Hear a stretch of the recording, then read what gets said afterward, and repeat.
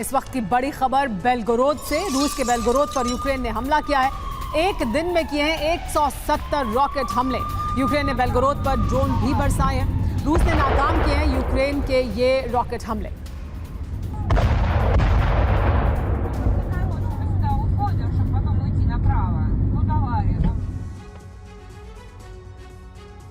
Ukraine के एक एक हमले का बदला और क्रीमिया में एक एक धमाके का हिसाब चुकता करने वाला एक्शन शुरू हो गया है। क्रीमिया जिस तरह पुतिन के दिल के करीब है, ठीक उसी तरह क्रिवी रीह ज़ेलेंस्की का अजीज है। क्रिवी रीह ही ज़ेलेंस्की का होम टाउन है। यही वजह है कि जब जब पुतिन ज़ेलेंस्की को सीधी चोट पहुंचाने की कोशिश करते हैं, क्रिवी रीह दहल उठता है। बैलिस्टिक मिसाइलों से रूस की सेना ने क्रिवी रीह में हमला किया, जिसमें 9 लोगों की मौत हो गई। यूक्रेन के एयरबेस पर हमले का सिलसिला भी जारी है। पोल्टावा में यूक्रेन के एक एयर डिफेंस और फाइटर जेट को नष्ट कर दिया गया है।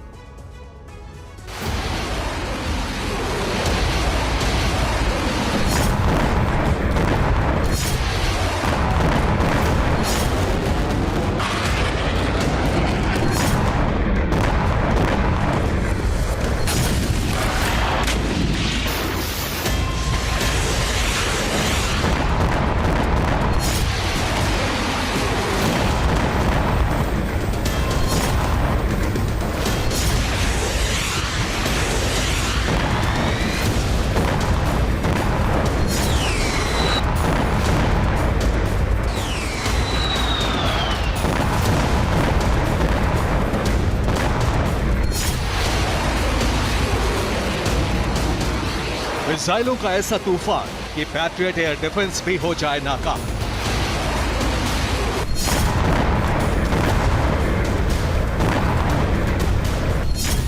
ऐसी रफ्तार, ऐसी घातक मिसाइलें, ऐसे टारगेट कि हर धमाके की गूंज ज़ेलेंस्की के दिल को दहशत से भर दे।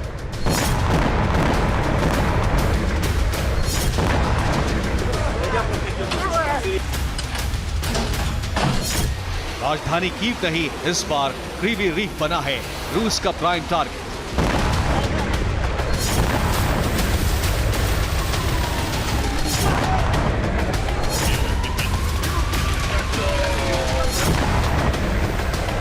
क्रीमिया पर हमले का बदला यूक्रेन की राजधानी कीव से नहीं, बल्कि उस जगह पर हमले से लिया गया है जहां के जर्रे जर्रे से प्रेसिडेंट ज़ेलेंस्की के दिल की धड़कनें जुड़ी।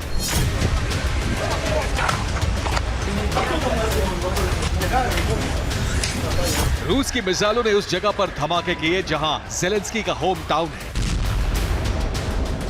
जहां ज़ेलेंस्की का बचपन बीता है।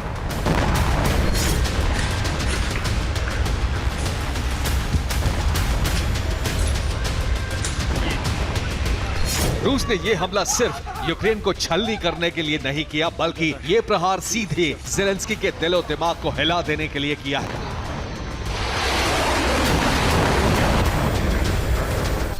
क्रिवी रीह पर रूस ने बैलिस्टिक मिसाइल से हमला किया। रिहायशी इलाकों को रूस ने मिसाइल से निशाना बनाया। 10 से ज्यादा इमारतों को नुकसान हुआ। 8 लोगों की मौत, 21 लोग जख्मी हुए। मौत का यह आंकड़ा बढ़ भी सकता है, क्योंकि रेस्क्यू के दौरान भी हादसे हो रहे हैं। इमारतों के ऐसे हिस्सों में कितने लोग थे, यह ठीक से पता नहीं चल सका है। इन तस्वीरों से आप अंदाजा लगा सकते हैं कि इन इमारतों में रहने वाले लोगों का क्या हाल हुआ होगा।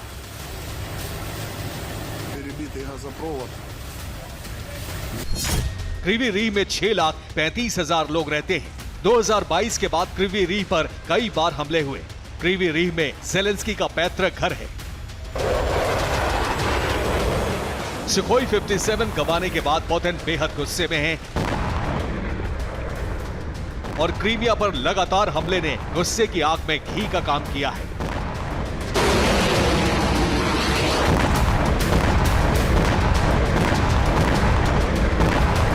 अब यूक्रेन भुगत रहा है।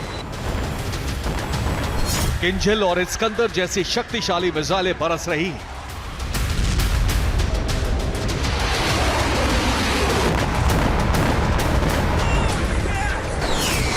ओडैप 500 और फैब 500 जैसे घातक बमों से हमला हो रहा है।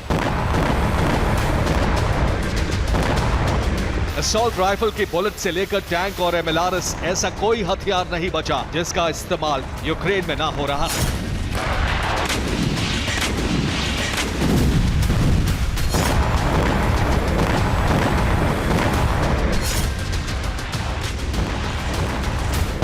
एरोस्पेस फोर्स पैराट्रूपर्स तक को पुतिन ने यूक्रेन को बर्बाद करने के लिए मिशन में उतार दिया है।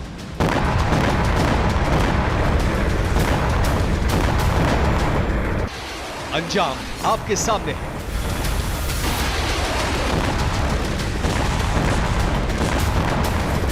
किसी अज्ञात जगह से रूस ने इसी तरह से एक बैलिस्टिक मिसाइल को लॉन्च किया और हवा को चीरती हुई भारी भरकम मिसाइल यूक्रेन की सीमा में दाखिल हुई। मिसाइल से जोरदार धमाका हुआ और यूक्रेन के क्रीवी रीह नाम का शहर सहम गया।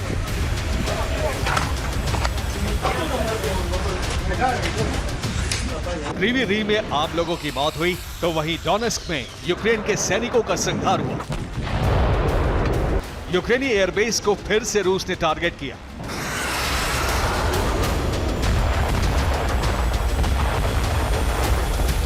आपको दिखाते हैं यूक्रेन के दो बड़े नुकसान और रूस का वो इंतजाम जो यूक्रेन के हमलों को नाकाम बनाएगा।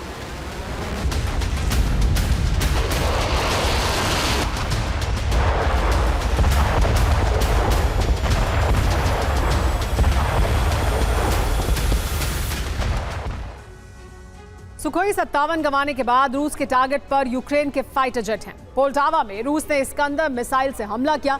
इस हमले में यूक्रेन का सुखोई 27 नष्ट हो गया है। इसके अलावा पोल्टावा की इसी एयरबेस की सुरक्षा में तैनात S-300 एयर डिफेंस को भी भस्म करने में रूस को कामयाबी मिली है।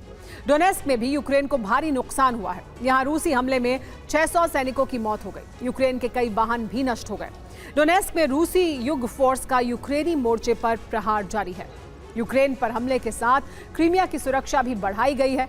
यहां यूक्रेनी मिसाइलों को नाकाम करने के लिए S-500 एयर डिफेंस की तैनाती की गई है। यूक्रेन के हमले के दौरान रूसी S-400 और S-300 नाकाम साबित हुए थे।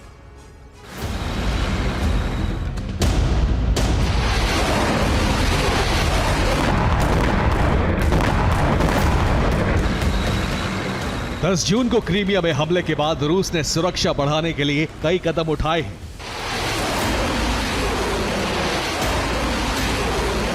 एंटी एयरक्राफ्ट सिस्टम को सेवेस्तोपोल से पश्चिम क्रीमिया में शिफ्ट किया गया है।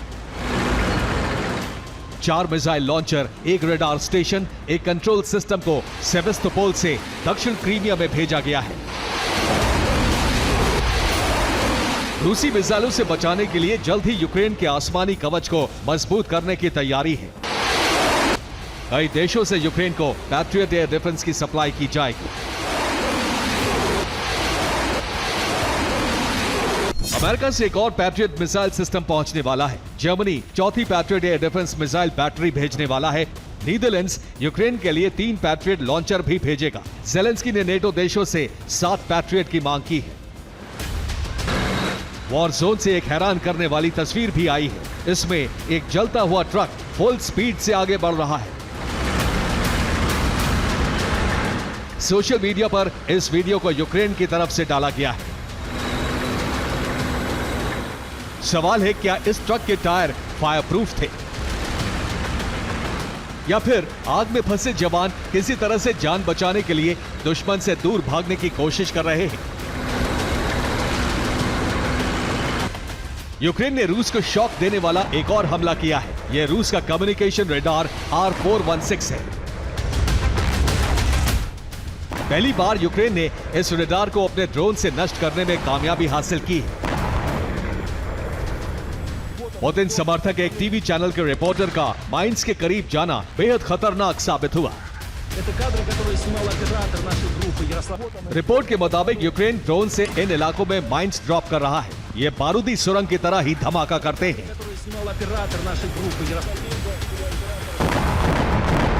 ये रूसी आर्मी के 500 का प्रहार है। एक ही बम से कई धमाके हुए। यूक्रेन में बड़ी तबाही के लिए इस क्लस्टर बम का इस्तेमाल किया जा रहा है। यूक्रेन पर इस बम से 2 दिनों में कई बार हमले हो चुके हैं।